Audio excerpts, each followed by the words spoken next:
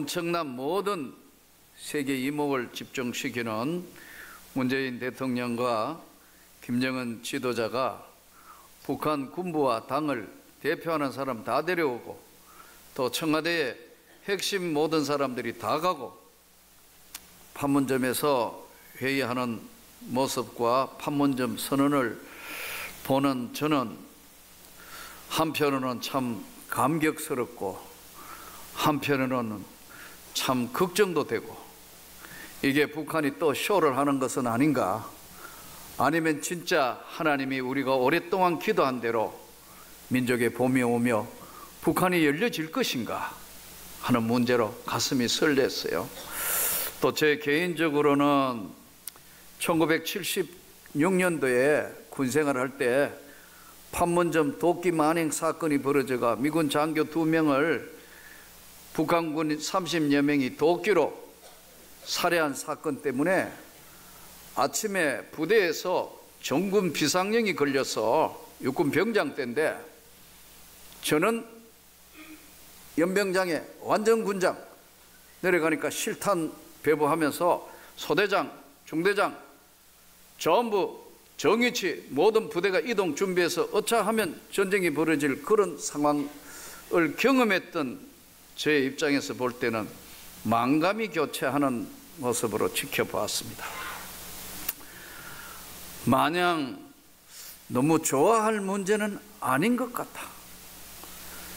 그러나 반드시 또한 가야 될 길인 것 같아. 두 가지가 만감이 교차하니까 참 쳐다보고 있으니, 북한이 우리가 잘난 대로 핵 폐기라는 명문화를 했다.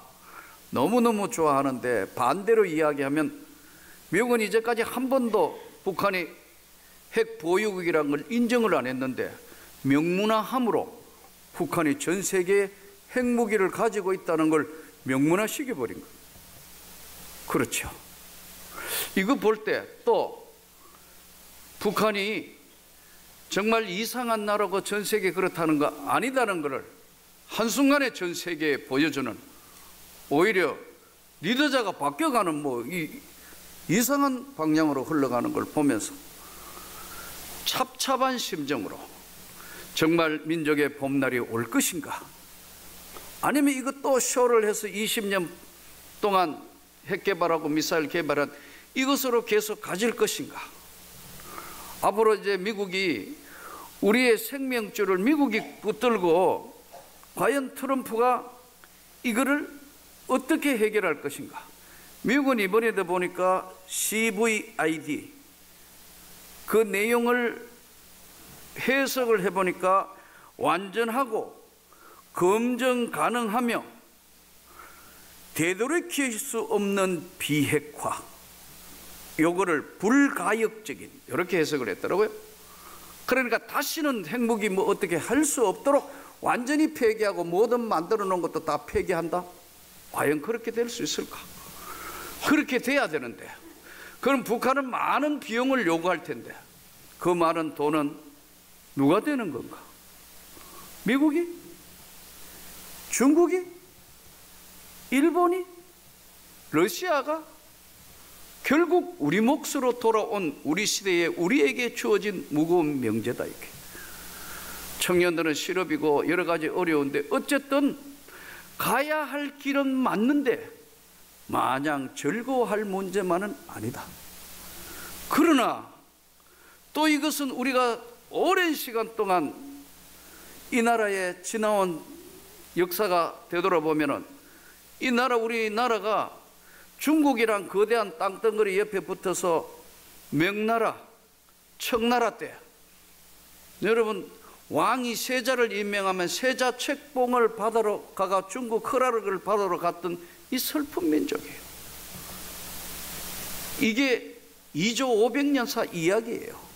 일본이 강해지니까 도요토미 히데요시가 임진왜란을 일으켜가 나라를 점령해가지고 7년의 임진왜란, 그 다음에 이어진 병자호란, 수많은 죽음과 이 땅의 젊은이들과 이 땅의 수많은 민초들이 고난과 고통을 겪고, 또 마지막 황제인 고종 황제가 이제 순종에게 물려줄 그때는 나라가 선교사들도 이 땅에 수많은 선교사들이 들어와 있었지만 세계사에 없는 선교를 위해서 쏟아부어서 하나님이 선교사들을 여기 보내가지고 복음을 일으켰는데, 일본이 우리나라를 점령할 수밖에 없는, 청나라하고 일본하고 전쟁을 하는데 다 청나라 이길 거라고 생각했다고 당시에. 그런데 뚜껑을 열어보니까 청나라가 부패했으니까 힘이 없어서 일본에게 무너져 버린다. 결국 중국까지도 나중에 만주사변 이렇게가 다 점령당하지 않습니까? 아무 힘이 없다고. 그게 그러니까 타락하고 부패하면 힘이 없는 거예요. 결론이 그거예요. 또 보세요.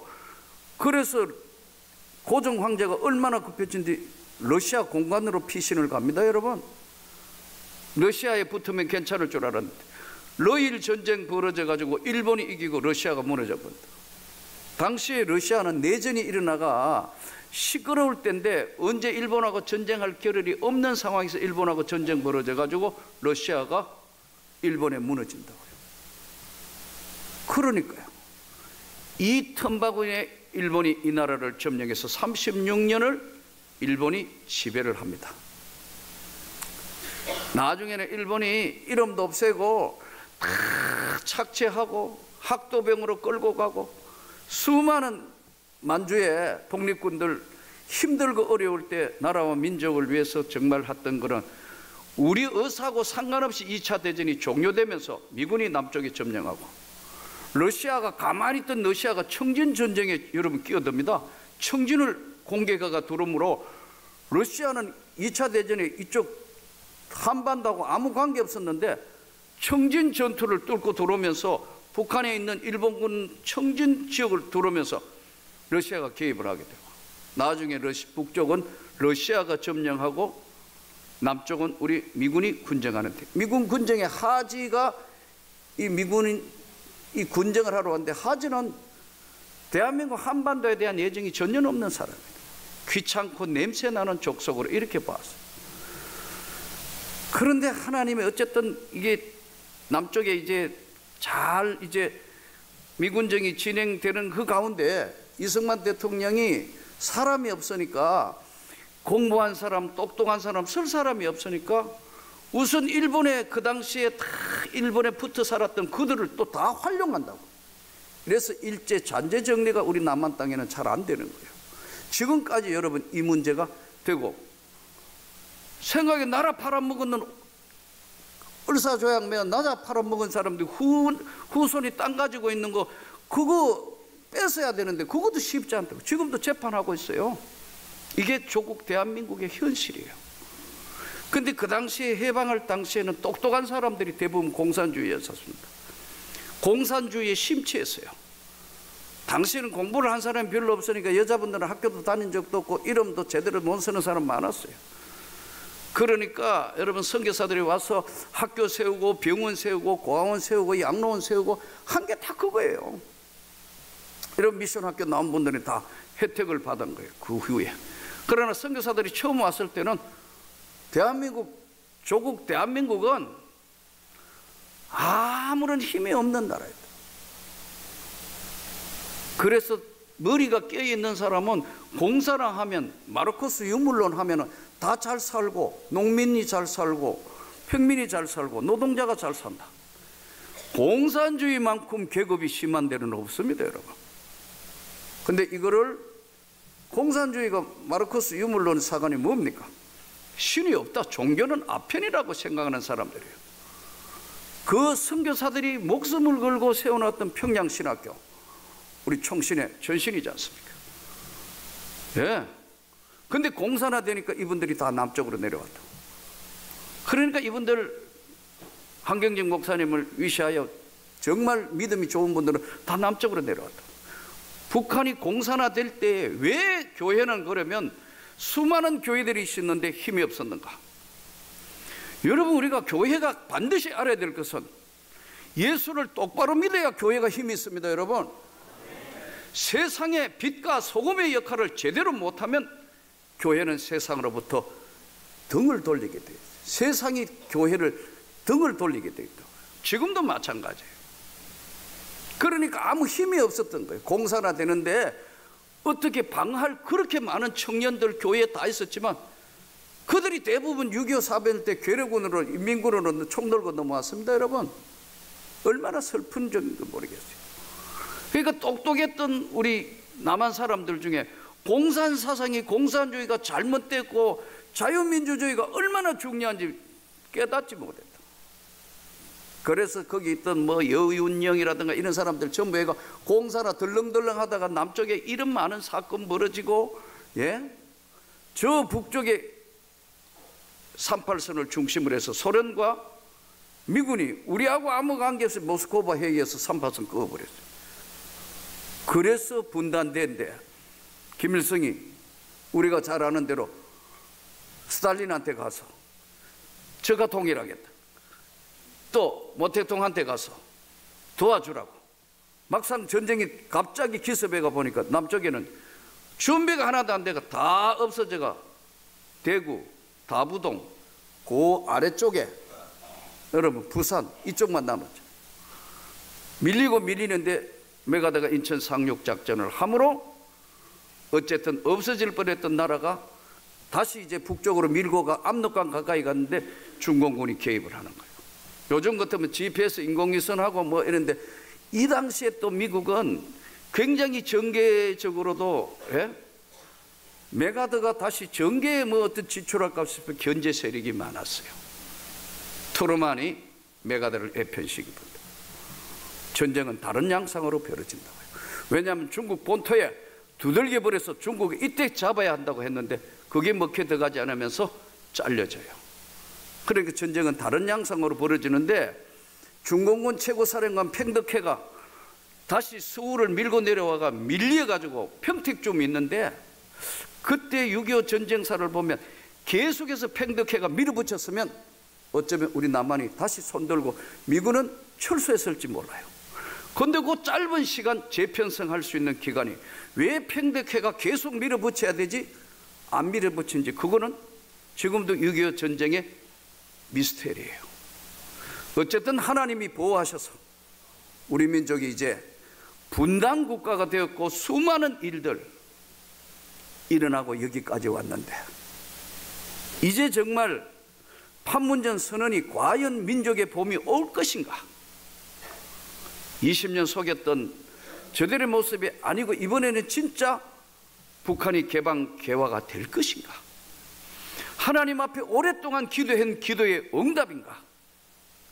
지금 이 나라에 앞으로 이루어질 이 몇 달간이 조국 대한민국에는 가장 중요한 순간이 우리에게 오고 있다. 기도해야 할 줄 믿습니다. 교회는 정신 차려야 할 줄 믿습니다. 교회가 세상의 빛과 소금의 역할을 제대로 못하면 교회는 맛을 잃은 소금이 돼요. 그러기 위해서는 여러분과 제가 한 사람 한 사람이 진짜 예수 믿는 것처럼 믿어야 되는 거예요. 바르게 살아야 되는 거예요. 우리 삶이 우리 민족과 교회가 하나님의 뜻과 하나님의 마음을 잘 헤아릴 때만 저는 하나님이 동서독 통일한 것처럼 하나님이 복을 주실 줄 믿습니다. 저 북녘 땅에 굶주린 동포가 무슨 죄가 있습니까? 군부와 그들이 호전적인 집단이 문제지 저 북한 주민들은 미워해야 할 대상은 아니고 역시 우리 혈육이라. 근데 지금까지 맨날 죽이니 살리니 핵폭탄을 터뜨리니 뭐니 하다가 갑자기 이렇게 되니까 굉장히 지금 이게 쇼를 하는 것인가 아니면 진짜 봄이 오는 것인가 찹찹한 심정으로 볼 수밖에 없는데 오늘 이 본문을 통해서 하나님께서 이스라엘 민족들이 하나님 말씀대로 안 사니까 하나님이 선택한 족속이 하나님 말씀대로 안 사니까 방법이 없으니까 이들을 바벨론 포로로 끌고 가서 예레미야 예언대로 70년 바벨론 포로가 끝나가는 시점에 드디어 하나님이 이제 예루살렘을 향해서 첫 번째 세스바스가 유다 총독으로 임명이 되면서 백성을 이끌고 돌아옵니다. 70년 바벨론 포로에 끝나기 전에 50년째 때부터 하나님이 이제 그들에게 예루살렘으로 돌아가라고 명령을 내립니다. 그래서 이들이 세스바스는 사실은 유다 총독이 될 수 없는데 총독이 되어서 돌아오면서 와가 보니까 성전이 불탔다. 그래서 제일 먼저 한 게 뭐냐면 성전 재건을 합니다. 저 북한 땅에 지금 교회를, 지금 무너진 교회를 다시 세워야 되는데 일반 의식 있는 교회들은 지금 북한 교회 세우기 운동해서 얼마씩 교회에서 따로 적금을 들어가 있는 교회도, 선교 준비를 하는 교회도 꽤 있는 걸로 알고 있습니다. 우리도 아마 이제 때가 참에 준비해야 할 줄 믿습니다. 근데 한 가지 걱정은 우리가 평양이나 저 이제 북한 땅에 가 교회 세워야 되는데 남북이 오갈 수 있으면 제가 볼 때는 교회보다 떴다방이 먼저 갈 것 같아요. 이 떴다방이 가만히 안 있고 가가 북한을 어떻게 다 떴다방으로 다 지금 막 온갖 부동산 다 투기하고 사기꾼이란 사기꾼은 다 북한으로 올라갈 것 같아요. 이 보통 문제가 아니에요. 우리보다 먼저 알고 갈 것 같아요. 이래서 기도해야 합니다. 이게 이달 주면 탈북에서 오신 분들 이야기 들어보면 남한에 와가 열심히 벌어 모아놨는 거 몇 천만 원 잠 안 자고 일하고 했는 거 사기꾼들이 다 썩 해버리고, 그래서 몇 번 상담해 보니까 참 너무 마음이 아파요. 이 사기꾼들이 북한으로 밀려갈 텐데 이거 보통 문제가 아니다. 이것도 기도해야 할 줄 믿습니다. 교회도 준비해야 되고 하는데 하나님이 신기하게 세스바스를 먼저 오게 하고 두 번째 하나님이 이제 준비를 하는데 에스라를 보내서, 에스라가 오늘 성경에 나오는 학사 겸 제사장입니다. 우리로 이야기하면 교수, 아주 명석한 교수에 해당하는 학사 겸 제사장. 이가 돌아와서 제일 첫 번째 하는 것이 뭐냐 하니까 율법책을 가져오기를 청하매 8장 1절에 일곱째 달에 남자나 여자나 알아들을 만한 모든 사람 앞에 수문암 광장에서 3절에 보면 새벽부터 정오까지 남자나 여자나 알아들을 만한 모든 사람 앞에서 일금의 뭇백성이 그 율법책에 귀를 기울이는데, 요즘 우리 청년들 청년예배 가서 설교해 보면 성경책 가져다니고 오는 사람이 청년이 잘 없어요. 전부 스마트폰에가 이러고 있어요. 그런데 어른들이 이러고 있는 거 보니까 영 마음이 불편해요. 여러분, 다음 주부터는 회개하고 오늘 에스라 학사의 말씀대로 여러분, 하나님의 말씀이 스마트폰에 다 있습니다, 이 손 안에 있습니다, 이러면 안 되는 거예요. 이거는 편리하기 위해서 그걸 넣어놓은 건데 언제나 말씀을 가까이 할 수 있도록 집에서도 말씀을 펴놓고, 또 더더군다나 주일인데 말씀을 주일날 성경책 안 들고 올 것 같으면 성경책이 언제 필요하나요? 일주일 내에 안 보는 성경책이 되어버렸고 이 말씀을 가까이 해야 되는데, 저들이 바벨론 포로에서 돌아오가 제일 첫 번째 한 게 뭐냐? 말씀으로 돌아가는 겁니다. 우리가 오늘 이 시대를 살면서 여전히 교회가 왜 힘을 잡고 이러냐 하니까 성경 말씀을 강의를 안 하기 때문에 그래요. 저는 여러분들이 다시 한번 우리 성도 모든 분들은, 오늘 이 말씀을 듣는 여러분들은 주일날 스마트폰 보지 마시고 성경을 가져오기를 진심으로 부탁드립니다. 하나님이 기뻐하시지 않는, 덜렁덜렁 무겁다고 그냥 이렇게 와가지고 여기서 꺼내가 이렇게 하는데 이쁘지 않습니다. 청년은 봐줄 수 있는데 좀 그래도 나이 드신 분이 뭘 지금 이러고 하나님 말씀 피워놓고 말씀드려야 됩니다. 제일 첫 번째 확인한 것이 전부 성경으로 돌아가자였습니다. 이 성경을 읽어주니까 저들이 막 울면서 회개해요. 두 번째 6절 5절 6절을 에스라가 모든 백성 위에 서서 그들 목전에 책을 펴니 책을 펼 때 모든 백성이 일었으니라. 에스라가 위대하신 하나님 여호와를 송축하며 모든 백성이 손을 들고 아멘 아멘 하고 응답하고 몸을 굽혀 얼굴을 땅에 대고 여호와께 경배하니라. 잃어버린 70년, 타향살이, 타국살이, 내일을 알 수 없는 슬픈 인생, 가진 것 다 뺏기고 몸은 노예처럼 살았던 그 삶을 하나님이, 죄와 사망으로부터 구원해 주신 예수님이 오늘 우리 민족에게 새로운 봄이 오게 하시는 것처럼 저와 여러분이 다시 한번 오늘 하나님의 말씀 듣는 저와 여러분의 하나님 성도들은 말씀 앞으로 다시 돌아가야 됩니다. 그것만이 유일한 한국교회와 민족 앞에 새로운 삶을, 새로운 그림을 그릴 수 있는 것은 그것밖에 없어요. 얼마나 이들이 잃어버린 신앙을 다시 되찾으니까 형식적으로 믿었거든요. 조상이 믿었고 뭐 다 이름도 믿는 자 이름을 다 적고 그랬는데 껍데기 신앙이다가 바벨론 포로에 70년 끌려가서 처절한 인생 경험을 하고 다시 돌아와서 첫 번째 한 것은 성전 재건, 두 번째는 성경 말씀 읽고 저들이 그냥 아니고 하나님 말씀 읽으니까 다 일어서서 새벽부터 정오까지 일어서서 말씀을 들었다. 그것도 모자라서 하나님 말씀을 봉독하고 읽고, 에스라는 교수였으니까 학사였으니까 말씀을 잘 해석을 해주니까 맞습니다. 하나님, 우리가 잘못해서 우리 민족이 하나님 앞에 우리가 잘못해서 했기 때문에 회개합니다. 용서하십시오. 다 회개하고 하나님 앞에 저들이 모두가 아멘 아멘 하더라. 그리고 그 하나님 앞에 다 머리 숙여 엎드려 경배했다. 이게 무슨 말씀이죠? 신앙생활이 여러분 형식화되면 신앙생활만큼 못한 게 없습니다. 껍데기는 크리스찬인데 진짜 하나님의 사람으로 살아야 되는 삶이 없고, 그것보다 확신이 없다고 보니까 본인이 기도하고도 기도에 대한 확신이 없어요.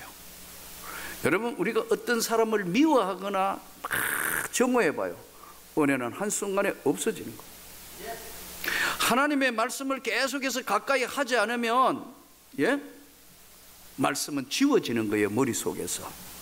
그러므로 이 성경 말씀이 유일무이한 하나님의 말씀으로 믿고 말씀대로 살도록 노력하고 가까이 하면서 하나님 앞에 진심으로 기도하니까 예레미야 예언대로 70년간 없어졌다가 다시 돌아오게 하고, 그리고 나중에 예수님 십자가에 못 박고 난 뒤에 2000년 동안 나라가 없어져 버립니다.